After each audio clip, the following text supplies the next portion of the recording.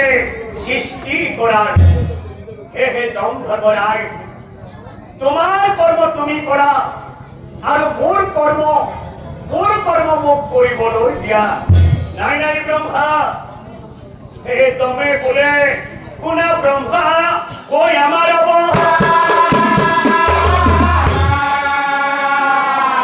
সৃষ্টি কৰিবলৈ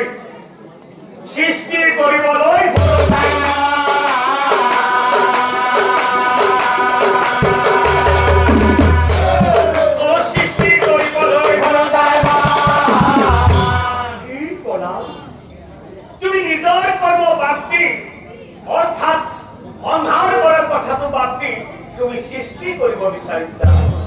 ঠিক আছে যম ধৰ্মৰায়, তুমি সৃষ্টি কৰিব পাৰিবা, কিন্তু মই তোমাক সৃষ্টি কৰাৰ দায়িত্ব কেতিয়াও দিব নোৱাৰিম।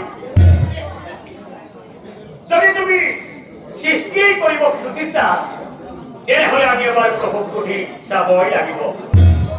প্ৰভুই তোমাক সৃষ্টি কৰিব দিয়ে নে নিদিয়ে আমি এবাৰ সুধি চাবই লাগিব। গতিকে বলা যম ধৰ্মৰায়, আমি সেই প্ৰভুৰ ওচৰলৈ যাওঁ। প্ৰভুৰ ওচৰলৈ গৈ তোমাক সৃষ্টি কৰিব দিয়ে নে নিদিয়ে এবাৰ সুধি চাওঁ। গতিকে বলা হে ধৰ্মৰায়,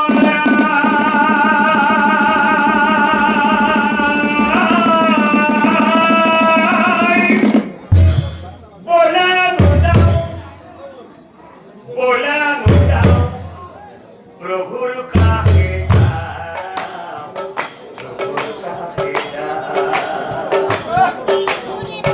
এই কথা আমি প্ৰভু খুঁজি চাও, এই কথা আমি প্ৰভু খুঁজি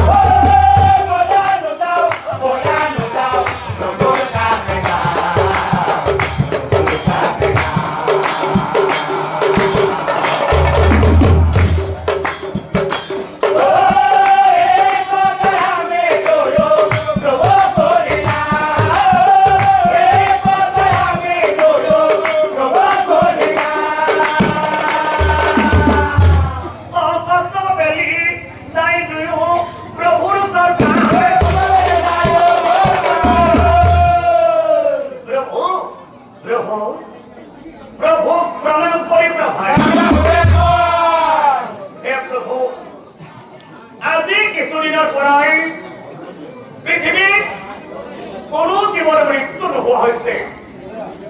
অপ্ৰভু যমৰাজাই জীৱনৰ কাম বন্ধ কৰি দিছে। প্ৰভু আপোনাৰ আদেশ পালে হেনো যমৰাজাই সৃষ্টি কৰিব বিচাৰে।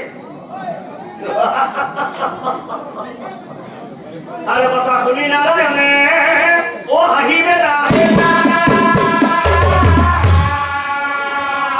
দুয়োজনক চাই পাছে কৰিবে না।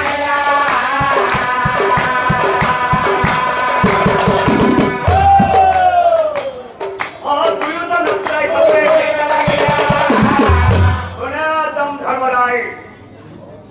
কথাকে সদায় মনত ৰাখিবা আচলতে কৰ্ম কোনো সৰু ডাঙৰ নাই কৰ্ম কোনো সৰু ডাঙৰ নাই সদায় নিজৰ কৰ্ম নিজেই ডাঙৰ শুনা জনধৰ্মৰাই তুমি সংসাৰ কৰাৰ কথাটো বাদ দি অৰ্থাৎ জীৱনৰ কামটো বাদ দি তুমি সৃষ্টি কৰিব বিচাৰিছা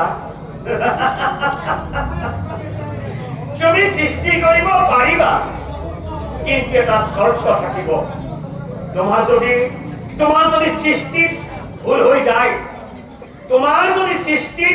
ভুল হৈ যায় তেতিয়াহ'লে তুমি আগৰ কৰ্মই কৰিব লাগিব অৰ্থাৎ তুমি সংসাৰেই কৰিব লাগিব সেয়ে তুমি মই কোৱা কথাটো মনত ৰাখিবা তুমি সৃষ্টি কৰিব পাৰিবা ব্ৰহ্মা তুমি শুনা